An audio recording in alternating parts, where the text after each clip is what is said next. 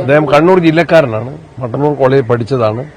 അദ്ദേഹത്തിന്റെ കുടുംബാംഗങ്ങളും ഞങ്ങളുടെ എല്ലാം സുഹൃത്തുക്കളാണ്. ഒരു സിനിമയുണ്ടല്ലോ, ഒരു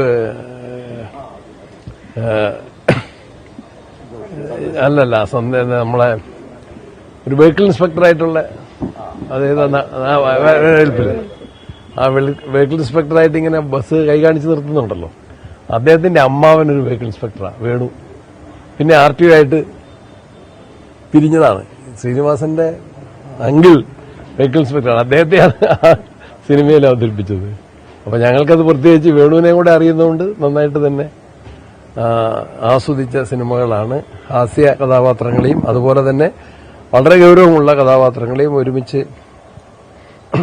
അഭിനയിക്കാൻ അദ്ദേഹത്തിന് സാധിച്ചു. ചിന്താവിഷയായ ശ്യാമള കാണുമ്പോൾ ഈ ഭാര്യ എന്നെ കളിയാക്കും, നിങ്ങളെപ്പോലെയൊക്കെ ഉണ്ട് എന്ന് പറഞ്ഞിട്ട്. എന്ന് പറഞ്ഞാൽ വീട്ടിലെ കാര്യങ്ങൾ നോക്കാത്ത ആളുകളെ കുറിച്ചുള്ള ചില സങ്കല്പമുണ്ടല്ലോ.